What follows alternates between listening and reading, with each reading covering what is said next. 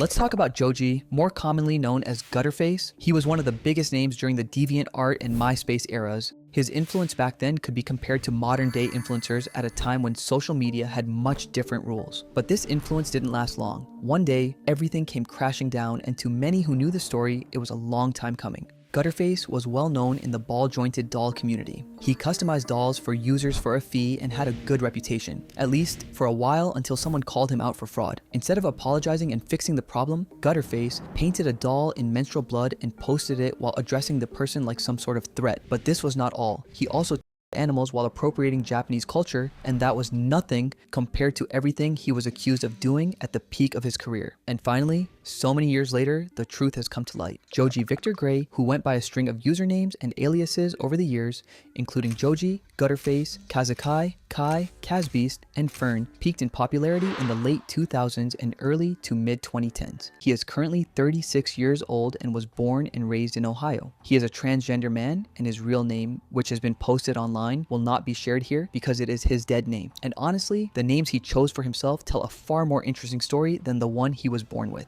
Because behind every single one of them, there was a version of Joji that a different group of people trusted, commissioned, befriended, or loved. And for each of those groups, the story ended the same way. Now, Joji initially gained popularity in the ball-jointed doll community and then later exploded on MySpace and DeviantArt. His DeviantArt account is still public and active to this day with over 1 million page views. He has a YouTube channel with 24,000 subscribers, although all videos have been unlisted, but his Instagram is still public. If you want to know who Joji was as a person during this era, his interests tell you a lot. He was into fashion, makeup, music, art, and candy. His favorite bands were The Cure, V and V Nation, The Candy Spooky Theater, London After Midnight, and Christian Death. He was into J-Rock, Visual K, Darkwave, Death Rock, and Future Pop. It was basically the deep end of the underground alternative scene. He loved Castlevania, Katamari, and Silent Hill, and claimed to be half Asian, though this may have been a lie, but we will get to that later. He also claimed that he was adopted by his aunt and that his mother was not around, and that he had borderline personality disorder, a condition characterized by struggles with emotional regulation, an unstable sense of self, and a pattern of unstable relationships. But his community eventually discovered that Joji had a dark secret, and it all started with scamming allegations. Before we dive deeper into the story, I just want to ask for a quick favor. I've started uploading these deep dives on Spotify as well, so if you'd rather listen on the go or you simply want to support the work I'm doing, go follow me there. Just scan the QR code on screen or check the Spotify link in the description. Now, let's get into his controversy in the ball-jointed doll community. If you don't know what that is, ball-jointed dolls, or BJDs, are a type of articulated doll with ball and socket joints. When people in the community refer to them specifically, they're usually talking about Asian ball-jointed dolls, or ABJDs. The dolls usually come nude, for lack of a better word to describe them. These dolls are highly customizable, and a lot of skilled artists in the community take commissions to create custom versions, sometimes modeled after anime characters, sometimes horror characters, sometimes entirely original. The most well-known forum for this community back in the day was called Den of Angels. There were many other forums and websites dedicated to people who loved these dolls, and Joji had accounts on almost all of them, until the ban started. Joji was kicked out of all of the ball-jointed doll forums and websites he was part of. A couple of these bans were because he wasn't of legal age to participate, but the majority of them were caused by his habit of scamming people. Multiple threads emerged from users across these platforms, sharing how they received dirty or broken dolls, commissions that never arrived, delayed deliveries, with no communication, and sometimes not receiving items at all. Thumbs down all about my bad experience I'm having with Kazekai, the novel Kaza. Send my head. As much as I do not like starting threads like this because I believe in trying to work problems out privately and professionally, but this issue has gotten to be more than I care to deal with, to the point that it needs to be spoken about. The whole saga came to light when a user who commissioned Joji for a doll customization work posted everything on Den of Angels. You would think this would bring some accountability? Think again. Instead, it led to broken promises and shifting excuses. After a long struggle, there was no resolution. The marketplace access for Kazekai on Den of Angels was eventually suspended due to the scandal, but nothing changed. Kazekai's marketplace has been suspended until he has resolved his outstanding transactions. He will only have access to the feedback forum. Joji did post a response delivered through another user because he had been suspended. I'm not trying to get involved where I shouldn't. I was asked by Kaza to post this for him as his side of the story. I'm tired of fighting against the masses on Den of Angels. I know most people here dislike me and there are rumors of the mods even hating me. Joji explained that there were payment disputes, talking about how the commission changed multiple times. He also tried to explain that he could not ship the doll because he had no money and even had to walk to the post office. But this had become a norm for Joji. But the real problem each time was how he reacted to being called out without a shred of remorse. Now, Candy_Stripe36 is not answering my attempts to contact them.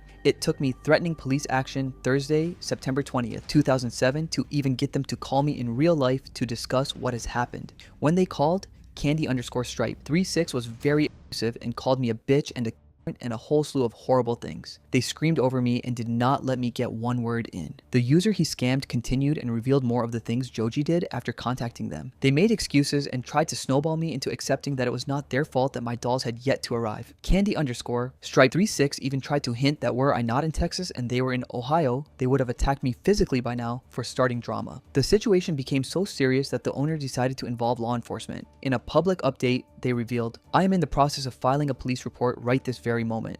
The dispute had escalated far beyond an online disagreement. This has gone beyond the realm of the internet, with allegations of threats, harassment, and the theft of valuable possessions. The owner, who was clearly distraught, made it clear that the missing dolls carried immense personal value. In their own words, "I would prefer my dolls. I'll take what I can get though. I refuse to be used. They have threatened me and have been very No one deserves to be bullied and have their most prized possessions stolen." A few days later, the owner confirmed that a police report had officially been filed on September 22nd, 2007, and that they were waiting to hear from the detective assigned to the case. For months, there was little progress. Then, in a later update posted in July 2008, they finally shared the outcome. "I realized that I never edited and said my dolls came home. They did." After weeks of uncertainty, the missing dolls were eventually returned around October 2nd, 2007. There were other users chiming in with their own bad experiences. And then, in at least one case, legal action was actually taken against Joji over an alleged scam. In a separate incident, another scam reportedly took place, and that user also pressed charges, after which the dolls mysteriously appeared at their doorstep, but with over $160 worth of items missing. And after one specific incident, things took a disturbing turn.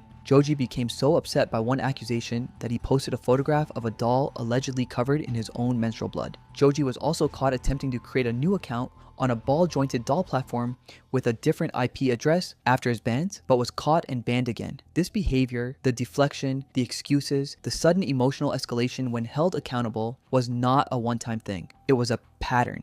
A disturbing pattern we would see play out throughout this story. Before we get to where this story really gets dark, and trust me, we're getting there, I want to take a moment to look at something that a lot of people might be tempted to brush past. Joji's own writing from this era. He kept a LiveJournal, he posted across platforms, and what he left behind in those posts paints a picture that is important context for the disaster that followed. The earliest origins of Joji's online presence began in 2006 on LiveJournal and in 2007 in the ball-jointed doll community. He also had a Y Gallery account or a yaoi page, a genre of fictional media from Japan depicting homoerotic relationships between male characters. And scattered across these platforms were posts that gave a raw, unfiltered look at what was going on in Joji's head during this period. One particularly disturbing post involved one of my best friends. He's in the hospital. They said he's completely brain dead. Billy, who I grew up with, is dying. I'm really not okay, so I don't think it'll be updating for a bit. Many people at the time believed he created a fake persona to avoid accountability and gain some sympathy. But a short while later, he posted again, informing everyone that his friend had passed away. Billy. I miss you, Billy. Ryan Culver was born on August 29th, 1992. He died at Akron Children's Hospital on October 21st, 2007. He was 15 years old when he decided to commit suicide. I can't tell you to not yourself. I can't tell you it'll be okay in the morning. Now, and this is the part that matters, there is important context here. At the time of this post, Joji was just 16 years old. He had been abandoned by his mother. He was, by his own account, adopted by his aunt. So he obviously had a rocky home life. The themes in Joji's writing, isolation, explosive anger, a sense of being wronged by the world, and the desire for others to feel his pain, are things we'll see echoed in his behavior toward others as the years go on. I mean, imagine this post from July 7th, 2007. I'm so irritated with life right now. My criminal record may prevent me from going to Japan. If it will, don't say anything, please. My parents keep degrading me. I really want to shoot someone. Too bad it's illegal. Now, on the surface, that reads like a teenager venting because he was frustrated, nothing more. And that reading would be fair in isolation. But Joji's former long-term partner, the person at the center of this story, confirmed that Joji had very violent tendencies, especially during this period, and that these tendencies extended long into adulthood. There is also this post from the Y Gallery from July 7th, 2007, proud ometophile since 1773. I like pretty boys who puke on themselves. While this seems like an addition for shock value, it is not even close. It is the first time he would reveal this interest, and it seemed to shape several aspects of his life. Remember, a while ago when I mentioned that there have been allegations in archive threads that Joji fabricated his dying friend's existence and created a fake profile to impersonate him. However, Julian, a love interest of Joji, confirmed his existence, confirmed his suicide, and confirmed Joji's friendship with him. But that wasn't the only thing Julian reviewed about Joji. It's November 2007. MySpace was at its absolute peak.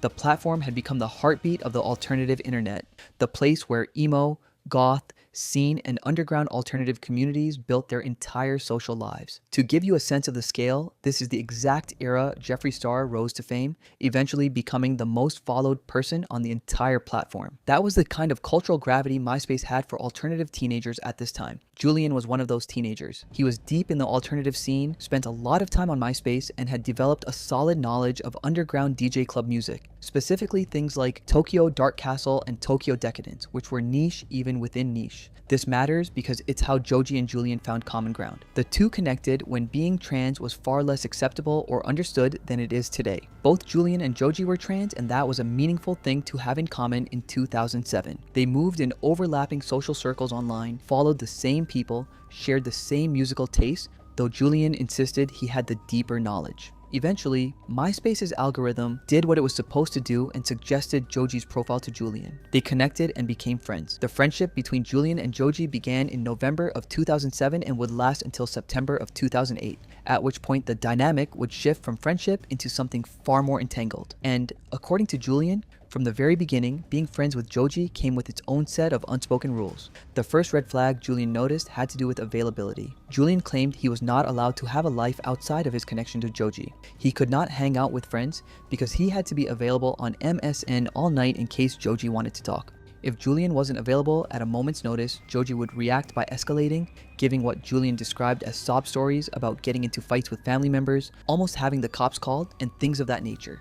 And critically, this dynamic was entirely one-sided. If Julian was the one unavailable, Joji would freak out. But if Joji was the one who went silent or cancelled, there was always a reason, always something bigger happening, always a reason why Julian's needs in the friendship didn't quite apply in return. As a result, Julian became what he describes as chronically online, not because he wanted to be, but because he was afraid of the consequences of being absent when Joji needed him. One social media user confirmed the toxicity with a comment, and it ended in the most bizarre fallout, involving lies about his race, ethnicity, amongst some other really questionable shit.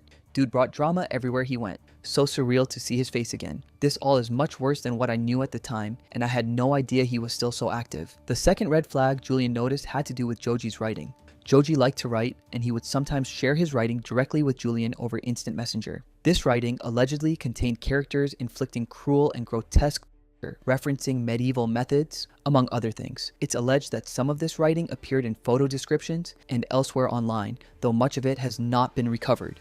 And while we are talking about patterns of neglect, it would be wrong not to mention the animals. Multiple accounts from this period allege that Joji had a consistent pattern of animal neglect across several pets. A Samoyed he owned was allegedly kept in poor conditions, described as severely overweight and reportedly locked outside for extended periods without water. Community posts from the era suggest the dog's basic care needs were routinely unmet. Before the dog, there was a black kitten Joji got in 2007, claiming he had tamed it from feral. According to posts from the time, a former roommate named Celebar kept the kitten, reportedly out of concern for its welfare, while in Joji's care. And later, Joji got another dog, one he apparently began featuring in his online content, but having failed to train or housebreak it, he eventually sought to rehome it. Now, to be clear, disturbing fiction is not evidence of anything on its own. Plenty of writers explore dark themes. The relevance here is the context. This writing was being shared unsolicited with a friend, alongside the controlling dynamic already described. As a package of behavior, it starts to look less like creative expression and more like a deliberate choice of what to share and with whom. At this point, Joji's history of alleged scamming in the ball-jointed doll community was mostly behind him. From reports, Julian confirmed that most of it predated their friendship and that he was not aware of it at the time.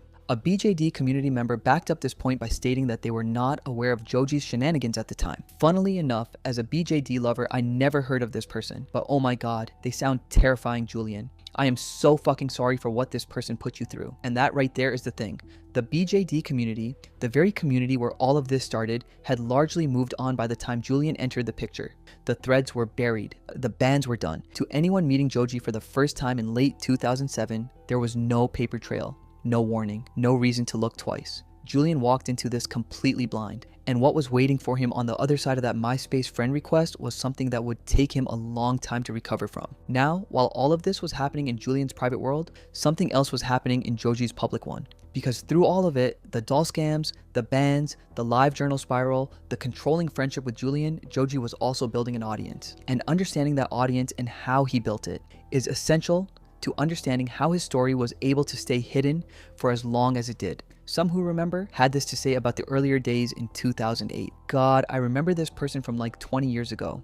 They were always somehow around if you were into anything alt. I can't wait to hear all this. All I remember is Joji always having various grifts online, always selling something, always scamming someone, always an unstable living situation, claiming to be homeless, constantly needing help, anything not to actually work. I remember the BJD era. There was always something terribly unlucky happening in their life. Others even seem to remember Julian at the time. I used to watch Joji on YouTube, the King Gutterface era, maybe 2010 to 12. All of those videos have been lost to time, I think. But I remember Julian, and I remember Oogie. I stopped watching when that move happened. Their relationship always seemed really sweet to me before that. It's horrifying to learn exactly how dark the situation was. Joji's biggest platform was DeviantArt. His DeviantArt account accumulated over 1 million page views, which in the DeviantArt world was significant. For a community-driven art platform where success was built through consistent posting, a distinct aesthetic, and community interaction, 1 million page views meant Joji had a genuine, organic audience. He was not a background figure. He was a recognized name. The thing about internet celebrities in the late 2000s and early 2010s,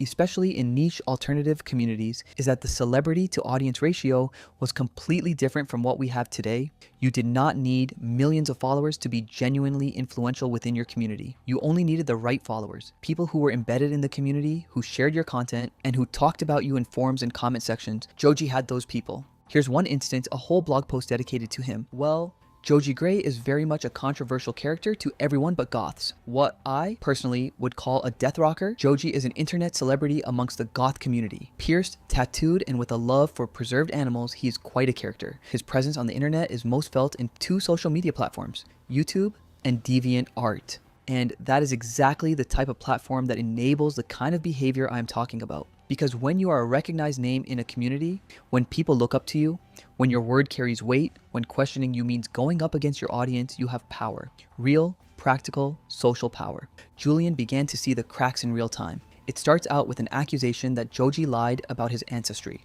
Joji had claimed to be half Asian, a detail that ended up being a lie. Here is an introduction of himself in LiveJournal. I'm 18, Japanese/German, and live in a shitty part of Ohio. I also take the word femme to a new level.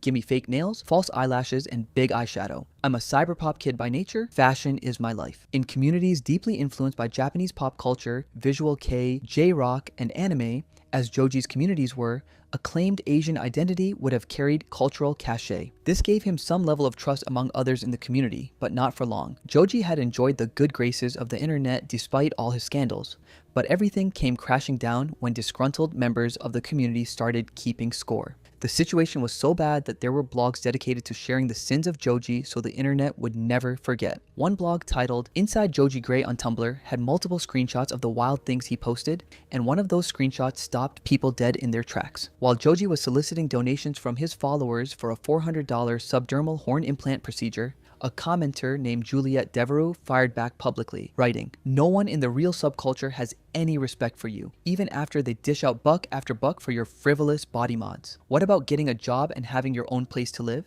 Your vile King Gutterface, and your fake, pathetic kingdom will come crashing down." But the comment that made jaws drop came from someone unexpected. Joji's own birth mother, Mary Jordan, weighed in directly, writing, "Joji hasn't done that either. He certainly has the skill to earn money. Just not enough motivation. Joji's adoptive parent enables him to not need money. And if I had a partner that needed medical care, I would put their medical needs before my mods. Just saying." If this could come from his own mother, what more was he hiding? And here's the thing about Joji that becomes crystal clear. The deeper you go into the record he left behind, there was always something. Always a reason. Always a crisis, a medical issue, a family emergency, a life circumstance so overwhelming that whatever he owed you, whoever he had let down, whoever was waiting on him simply had to understand and had to wait. He put this in his own words on LiveJournal. I have to save thousands of dollars to move out. Get my GED, apply to colleges, find an apartment, get a job, fix my car, and get my health issues taken care of. I'm so beyond stressed at this point.